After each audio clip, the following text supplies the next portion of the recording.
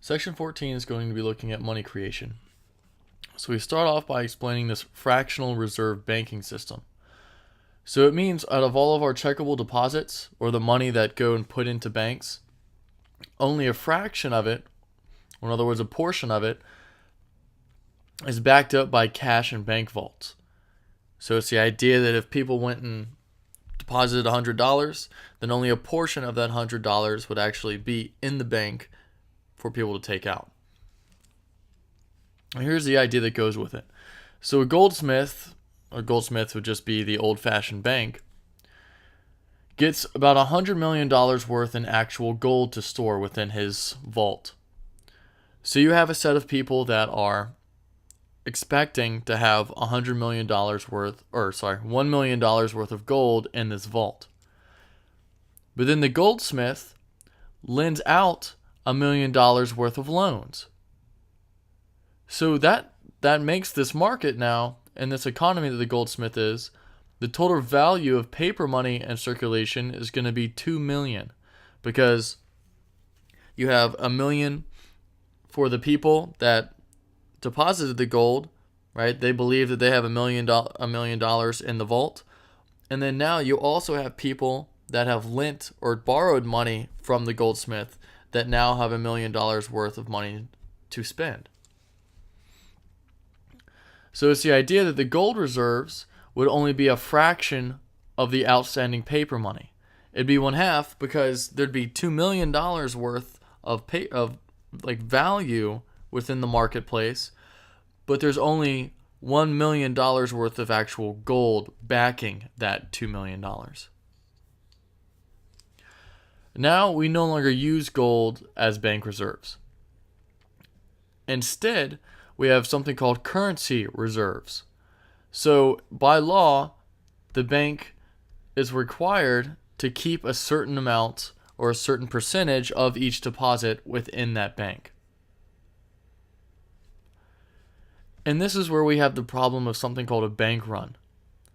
Because if a goldsmith issued paper money equal to twice the value of what he actually has in gold in his vault, there's no way that he can convert all that paper money into gold if everyone were to come back and demand their money, right? Then if that entire group of people that deposited the gold came to the vault and said, hey, I now want my money back, I want my gold back, he wouldn't be able to give them the monetary value for that.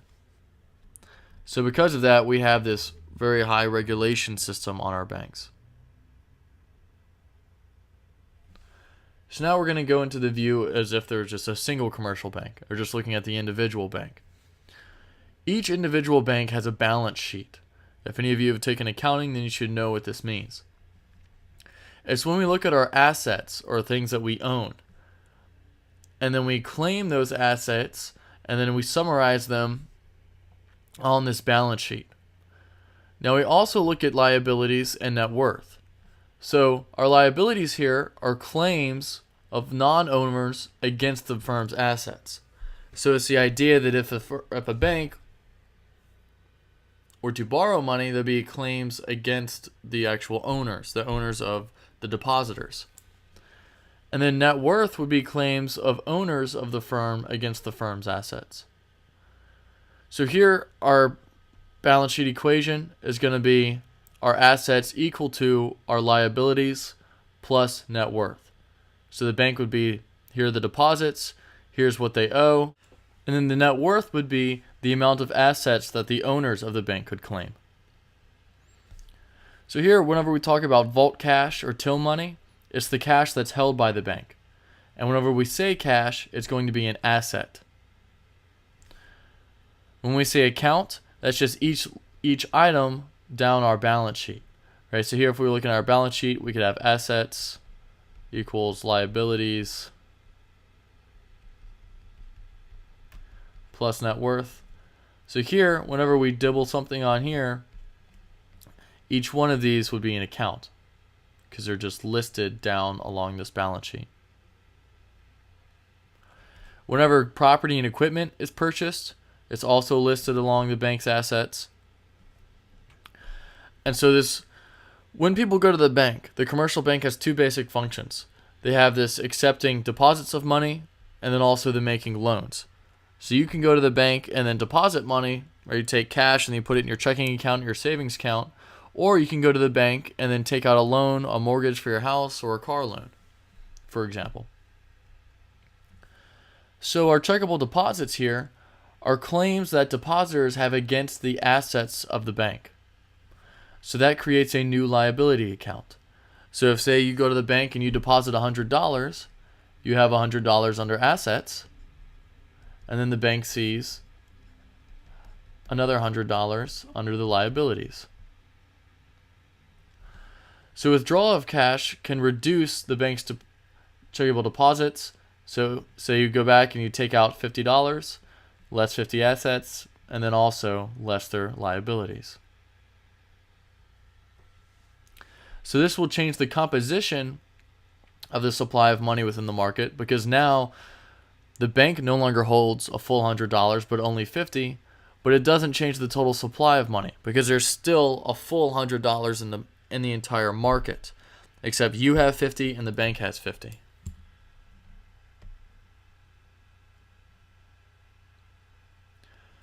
So this idea of required reserves is looking at setting a specific percentage that the firm or that bank has to hold. So the amount of funds equal to that specified percentage of the bank's own deposit liabilities. So this reserve ratio is just looking at that percentage rate. So it's the ratio of those required reserves that the commercial bank has to keep. So your reserve ratio is going to be required reserves divided by the checkable deposit liabilities. It's going to be important that you guys remember this equation right here.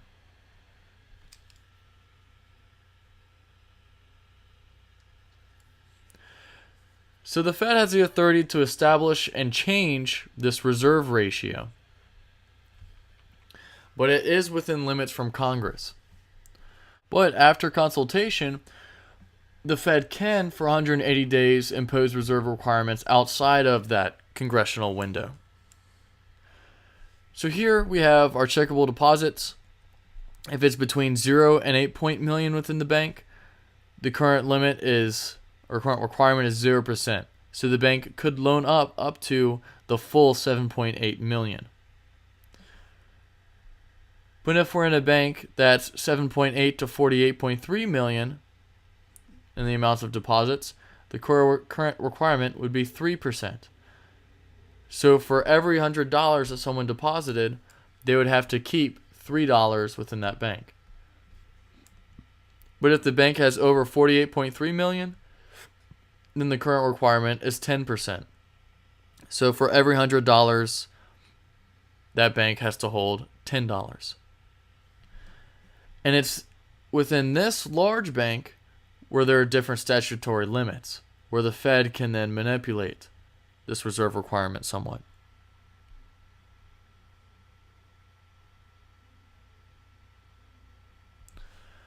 So our excess reserves here, that's just going to be when we look at our actual reserves and then subtract our required reserves. So say, for example, we have $100 within our bank. We've lent out 50 of it. So we still have an actual reserves of 50. And our reserve ratio is equal to 20%. So our reserve ratio here would require us to have required reserves equal to 20. So required reserves equal to 20, actual reserves equal to 50. That means that our excess reserves would be 30.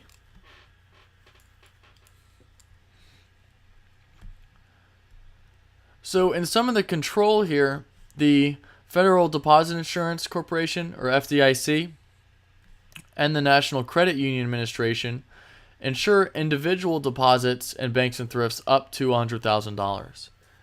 which I believe right now actually is up to $200,000 because of our recent recession and impacts that we've had on the financial market. So, but the idea here is that if you go to the bank and you have under $100,000 and the bank goes insolvent or the bank goes bankrupt, so it just disappears, then you'll still get however much money you had up to $100,000 from the government. So these required reserves are going to help the Fed control how much banks can lend. Right? So if my required reserve is 50 here, then I can only lend 80 of that $100. Whereas if it lowers to 10%, then I can loan 90 out of that $100. So the Fed can manipulate how easy it is for banks to loan money. Another function, which we talked about in the previous section, was the ability to facilitate collection or clearing of checks. Right? The electronic distribution of money between banks.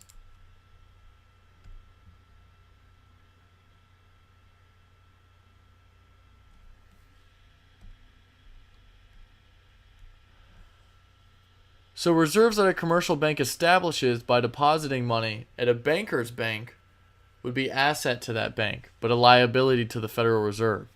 It's the idea this Federal Reserve is the banker's bank. So if I'm currently Bank of America, and then I deposit as the bank deposits, say, $100 million into the Federal Reserve, then that is now a liability on the Federal Reserve's bank sheet and an asset on that bank sheet for the Federal Reserve. So if we want to clear a check drawn against the bank, we have the ownership of reserves within the Federal Reserve changing. But total reserves do not change. All we're having is a shifting around of where the money actually is, but not how much money is actually there, like in total. So whenever a check is drawn against one bank, for this we can say is drawn against BB&T, and then deposited in another, say Bank of America, collection of the check is going to reduce reserves and checkable deposits on BB&T. So reserves and checkable deposits go down for BB&T. And when a bank receives a check drawn, so when Bank of America received that check, its reserves and deposits would increase. So if we look at reserves and deposits between BB&T and Bank of America, when we have a check being drawn here,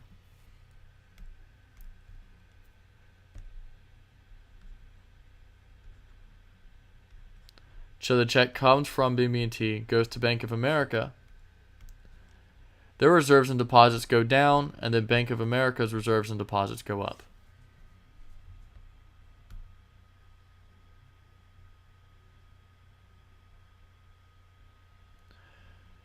So when we look into the money creating transactions between the commercial banks, it starts off with the loans. So whenever a bank makes a loan, it's creating money supply. A single commercial bank within a multi-bank system, so we have this single bank, but then it's in a membership of the big group of banks, can only lend the amount equal to its initial pre-loan excess reserves. Remember that our excess reserves are equal to our actual minus our required. So that individual bank can only loan what they have in excess, right? Because it's whatever of the actual is left over. So when the bank buys these government bonds here, government bonds aren't money. But it would then give money to the securities dealer, whatever bank is selling that bond. So it increases the seller's checkable deposits. Now, banks are just like a firm. They want to maximize their profits. So by maximizing their profits, they need to make loans and buy securities. So those are the two major earning assets for commercial banks because it makes them interest. Liquidity is how easy it is to transform a good or service into cash. So safety lies in liquidity. It's how easy it is to turn it into cash. Now, banks can partly reconcile between profit and liquidity just by lending temporarily these overnight loans for whatever excess rate reserves they have at the end of the day to the Federal Reserve banks or other commercial banks. So they lend their excess reserves to other banks on overnight because they can earn additional interest without sacrificing long-term liquidity. The idea that only overnight is that money no longer liquid. Now, this federal funds rate is the interest rate paid on the overnight loans. And it's very important that you guys remember this term, that this federal funds rate.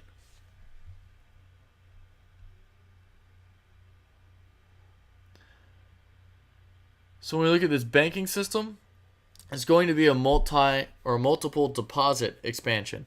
It's the idea that now we're going to look at the banking system as a whole and see how money starts actually getting multiplied and created. So here we have this table, and let me show you what it means. We start off here. We have their first deposit of $100. So someone comes into Bank A, and then they deposit $100. The reserve ratio is 0.2. So 100 times 0.2, right, 0.2 equals $20. So $20 minus $100 gives us an excess reserve of $80.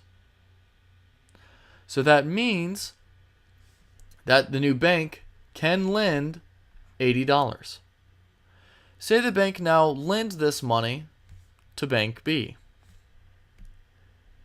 Bank B gets that $80, is required to keep 16 of it. 80 times 0.2, the reserve ratio equals 16. 80 minus 16 gives us 64 here. So now Bank B has $64 that it can loan.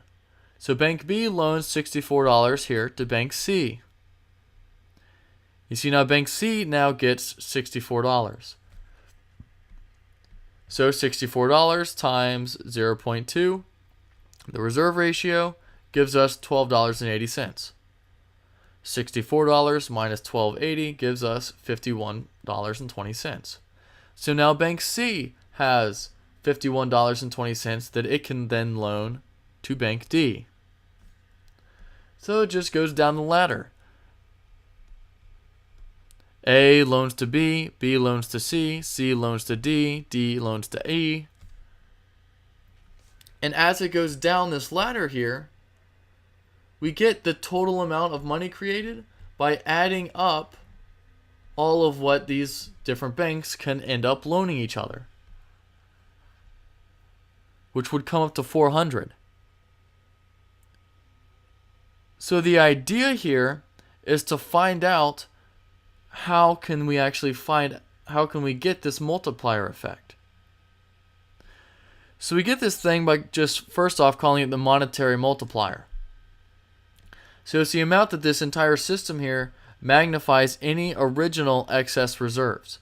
We started off with an excess reserves of 80 and then ended up creating $400 from that 80.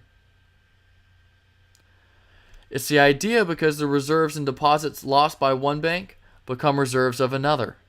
So it magnifies the excess reserves, which we saw in this previous table.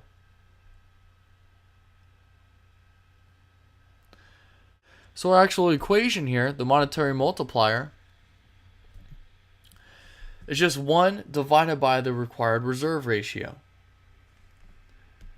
So it's the idea that our required reserve ratio is 0.2. So 1 divided by 0.2 just gives us 5. Come back up. What was our original excess reserves? 80.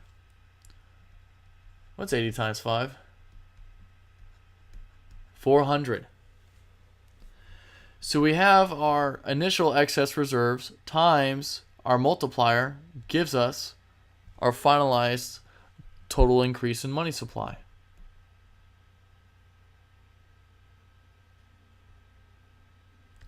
Which is just this equation I showed you here. So our original excess reserves was 80. Our money multiplier was 5. So our maximum checkable deposit creation was $400.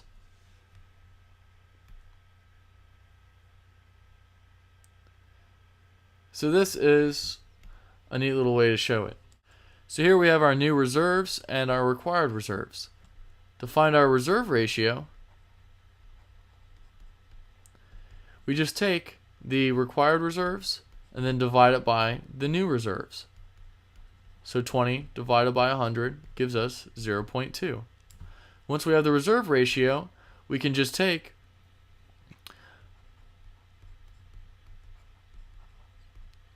one and divide it by that reserve ratio, and we get our multiplier. So here, our excess reserves is 80. Multiply it by times 5, and that gives us 400. So see how this $100 deposit turned into $500 worth of deposits.